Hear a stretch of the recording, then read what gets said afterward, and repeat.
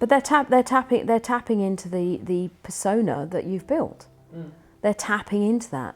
You know, oh, you must be okay. Everything's fine.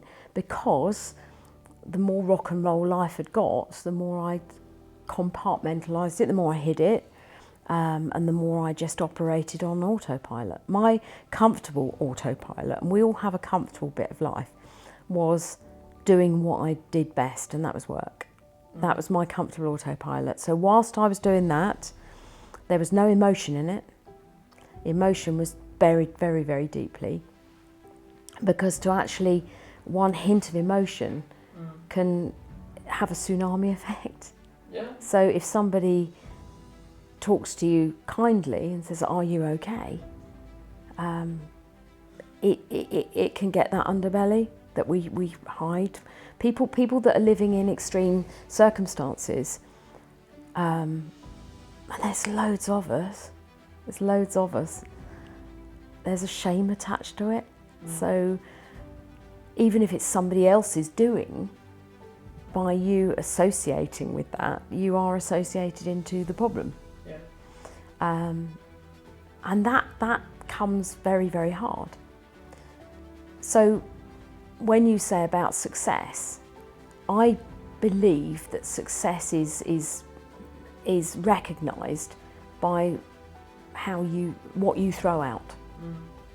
So if you throw out that persona of all under control, absolutely everything's all good. Everything's nothing good. Can touch me. Nothing can touch me. Invincible. And it's a really convenient jacket to wear, because it keeps everybody away from you that is likely to go a little bit deeper, and that hurts. So you don't want to be hurt.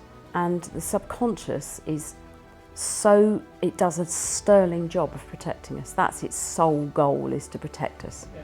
So if it thinks that something's going to hurt, we go into fight or flight. Nope, not doing that. Can't do that, don't want to talk about that, let's move on.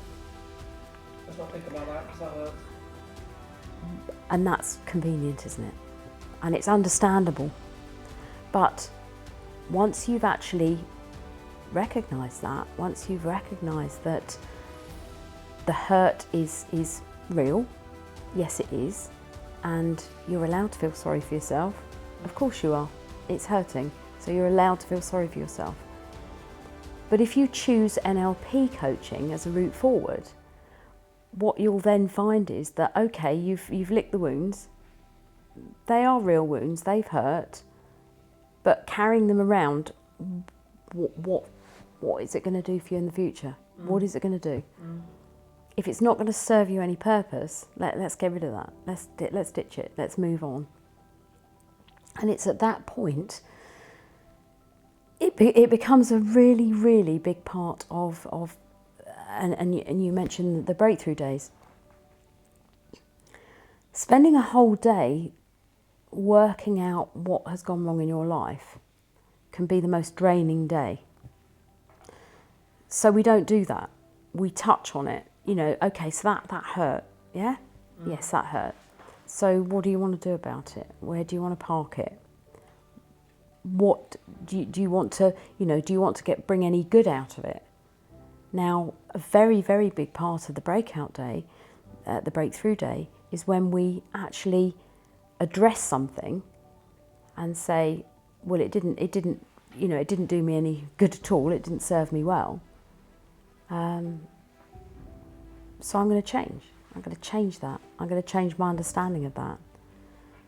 And once we start to accept that, once we start to accept that we can't change what's happened, something really wonderful occurs.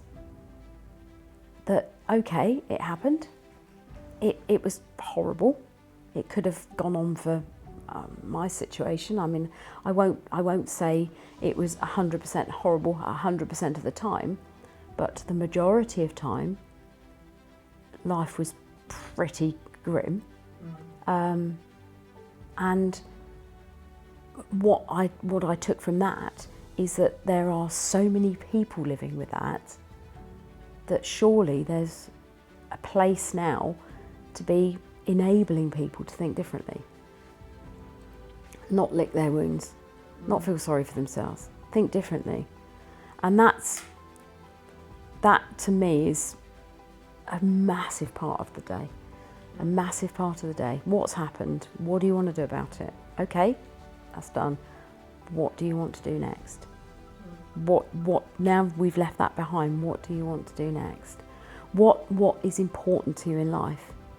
Because if being true to yourself is important to you, living a whole life that you haven't been acting true to yourself is pretty hard work. It's quite disabling.